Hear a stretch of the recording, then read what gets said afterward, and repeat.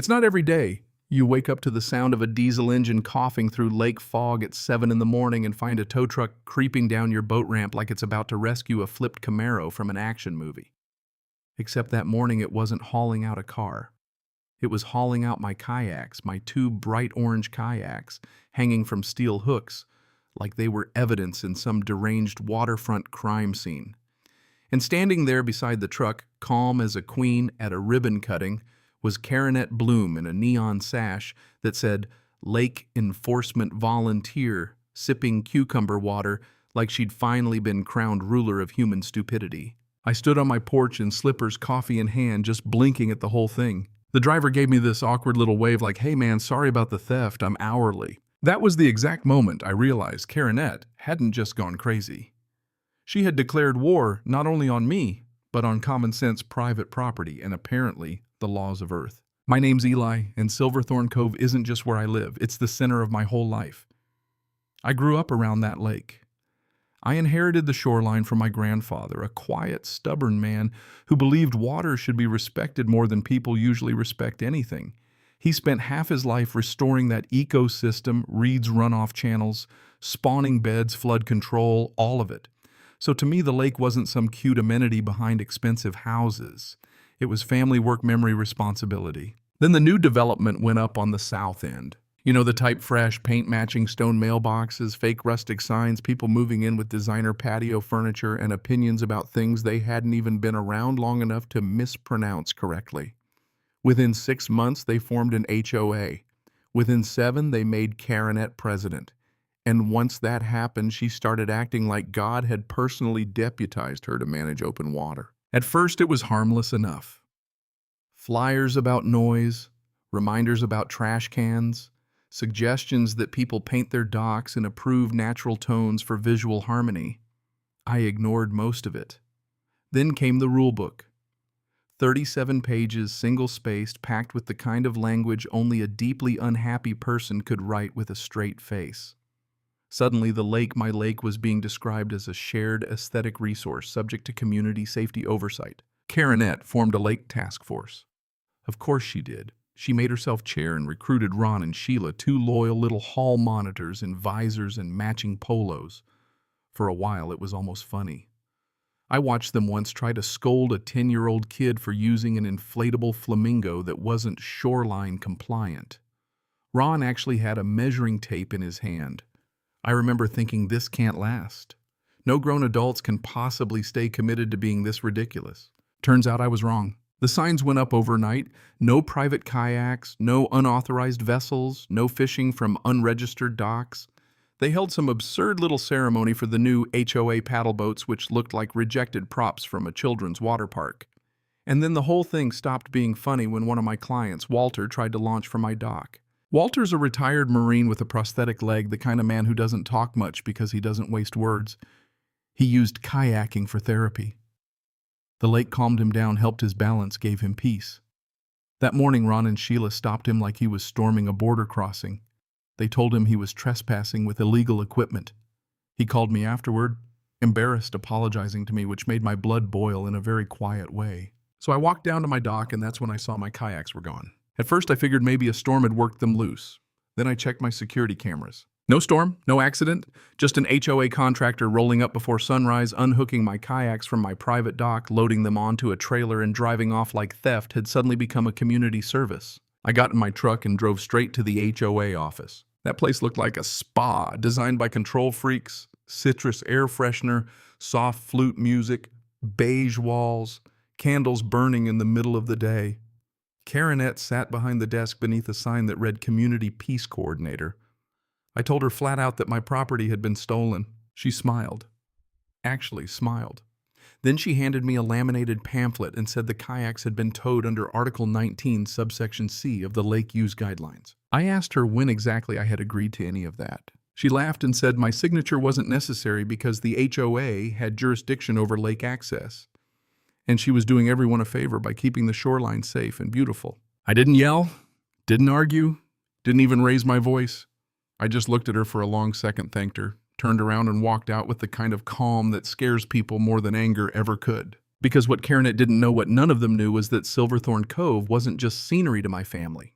Tucked away in a metal file cabinet in my cabin was my grandfather's conservation agreement with the state, and that agreement gave us authority over ecological maintenance, sediment control, and the floodgate system for the southern half of the lake. In other words, the woman who'd just stolen my kayaks had picked a fight with the one person in that neighborhood who could legally make the lake disappear. I called Lupe my attorney and one of my oldest friends. She specialized in property rights and environmental law, which sounds boring until you really need it.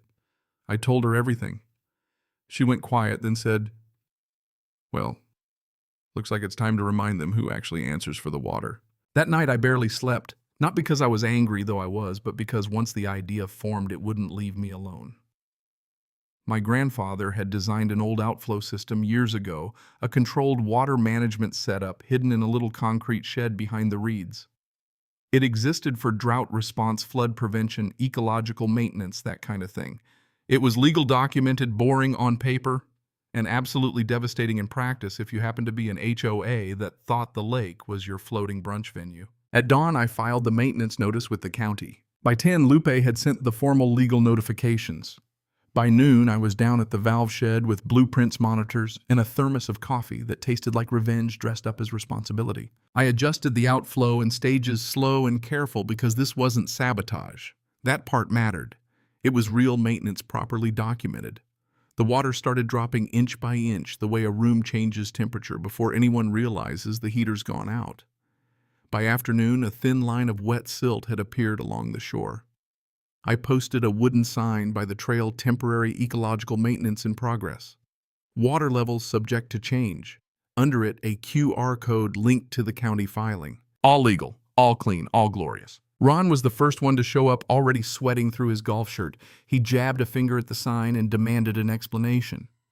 I offered him lemonade and told him to scan the code. He did. His face changed colors so fast it looked like a traffic light having a panic attack. He asked if Karanet knew about this. I said she will. By the next morning, the lake had dropped another 6 inches, and that was enough to expose the underside of the HOA's floating patio, a ridiculous little platform they'd installed for wine tastings and sunrise yoga. Turns out whoever anchored it had more confidence than engineering skill. By mid-morning, the thing was listing sideways plastic chairs sliding off into the shallows while Sheila tried to retrieve them with a pool skimmer and the emotional stability of a woman one insult away from implosion. That afternoon, Lupe texted me a screenshot from a local Facebook group. Someone had posted a picture of the receding shoreline with the caption, "Is Silverthorne drying up or just being drained by drama?" The comments were unbelievable. People blamed sinkholes, ancient curses, government experiments. One guy said Elon Musk was probably involved. Another said it was karma for the flamingo float incident. I laughed so hard I nearly dropped my sandwich. But underneath, the comedy pressure was building. On day 3, the HOA held an emergency meeting under the gazebo. Karanet showed up in full costume, sash, clipboard, visor, all of it, and started telling residents the lake was being sabotaged by a rogue homeowner with a personal vendetta. She was halfway through her speech when Ron, looking like a man, reconsidering every choice he'd made since middle school, held up Lupe's permit and read the county authorization out loud. That changed everything. People started asking questions, real ones. Why hadn't the board checked the water rights before building docks and launching rules? Why were residents getting fined over mailbox paint when the HOA had apparently installed half a marina without permits? You could feel the room turn on her, not all at once, but enough. Enough to crack something. Then came the twist Karanet never saw coming. She tried to get a restraining order against me, claiming I was endangering protected wildlife. Real dramatic stuff, too. Ecological terrorism, habitat destruction, reckless, hydrological interference. Lupe countered the same day with drone footage somebody had quietly shared with us. Footage of HOA contractors dredging the shoreline months earlier for their little luxury lake project, dropping gravel and concrete into protected areas with 0 permits. Court was quick. Karanet showed up with a binder thick enough to stop a bullet. Lupe brought a slim folder and a USB drive. The judge, thank God, was one of those women who can smell nonsense before it finishes walking into the room. 30 minutes in, Lupe played the drone footage. Bulldozers, concrete blocks, workers dumping fill into the lake bed. The judge looked over her glasses and asked Karanet if she had permits for any of it. Silence. That silence was beautiful. The restraining order got denied on the spot, and the court ordered an investigation into the HOA for unlicensed shoreline development. Karenette's face went this weird gray color like printer paper left out in rain. Ron looked like he wanted to disappear into the carpet. Sheila resigned the next day, and because the universe apparently wasn't done humiliating her, my wildlife camera caught Karenette sneaking into the maintenance zone 2 nights later, dressed in black, carrying bolt cutters and a wrench like a discount supervillain. She tried to tamper with one of my regulators, slipped in the mud, and went face first into a puddle of lake sludge. Full body flop. Arms everywhere. Pure poetry. I sent the footage to Lupe. She sent it to the county. Somebody else leaked it to local news. The headline read, HOA president caught mud-handed. That was it. That was the kill shot. The video went viral locally. Memes everywhere. People sold stickers that said, drained but not defeated. Teenagers started calling the shoreline Puddle Fest. 2 old guys dragged lawn chairs into the muck and said they were fishing for emotional closure. Residents who had once nodded along to Karenette's rules started openly mocking the whole regime. And that's the thing I didn't fully understand until then. Power holds up just fine when people are intimidated, but once they start laughing, it's over. A week later, the HOA held a vote of confidence. Hardly anybody showed. She lost it anyway. Then, just to finish the whole miserable opera in style, she crashed a neighborhood potluck screaming about betrayal and conspiracies before being gently walked off by 2 residents holding potato salad. A moving truck showed up at her place a few days later. By morning, she was gone. After that, the noise died down. The temporary board asked to meet with me in a neighbor's garage, folding chairs. Lemonade, no sashes, no slogans, just normal, tired people finally acting normal. We talked about the lake like it was a living thing instead of an accessory. They agreed to respect the conservation rules.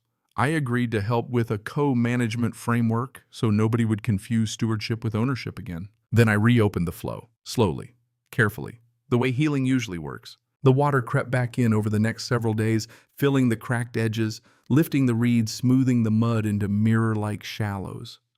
Frogs came back. Fish started breaking the surface again. Kids cheered from the shore like they were watching a miracle happen in real time. And maybe they were. A week later, I bought Walter 2 brand new kayaks. He came down with his daughter and grandkids, stood on the dock beside me and stared out at the restored water without saying much. Then he got in, pushed off, and glided across the lake so gently it barely made a sound. Sunset was catching the surface, gold and copper, and his youngest grandkid sat on the front like a lookout pointing at birds. That image stayed with me, because in the end, the real lesson wasn't that I beat the HOA. It was that greed always thinks it's smarter than patience, and petty people always confuse control with strength. But paper matters. Truth matters. Boundaries matter. And nature, real nature, not the decorative kind people put on brochures, has a way of humbling anybody who treats it like a stage for their ego. Silverthorne came back quieter, cleaner, freer. The new HOA president turned out to be a retired librarian named Greg, who hated drama, and thought the HOA flag felt a little intense, which honestly made me trust him immediately. The ridiculous rules disappeared. The lake stayed. And every now and then when I slide a kayak into that water at dawn and hear nothing but birds and the soft knock of wood against dock posts, I think about how all of this started with 2 stolen kayaks, 1 neon sash, and a woman arrogant enough to believe a clipboard outranked a deed, a permit, and a lake that had been here longer than any of us. So here's what I want to know: when somebody abuses a little bit of power, what actually stops them? Faster the law, public shame, or karma doing cannonballs in broad daylight?